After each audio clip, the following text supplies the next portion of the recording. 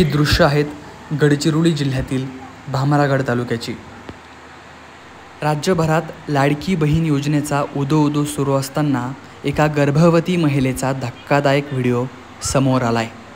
गडचिरोली जिल्ह्यातील आलापल्ली भामरागड रस्त्यावरील कुडकिली जवळून वाहणाऱ्या नाल्यावर पुलाचं बांधकाम वेळेत पूर्ण न झाल्यामुळे तिथे वळण रस्ता देण्यात आला होता, पण पावसामुळे तो वाहून गेला।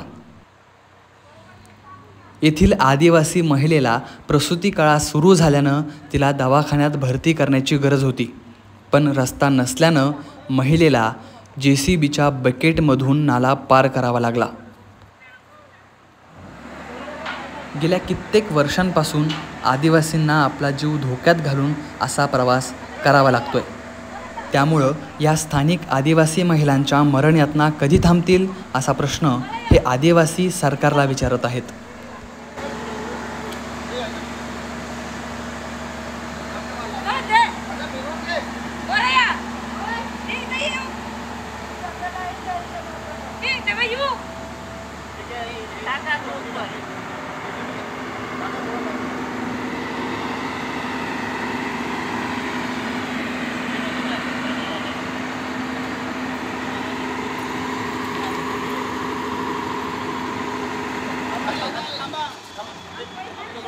आम्हाला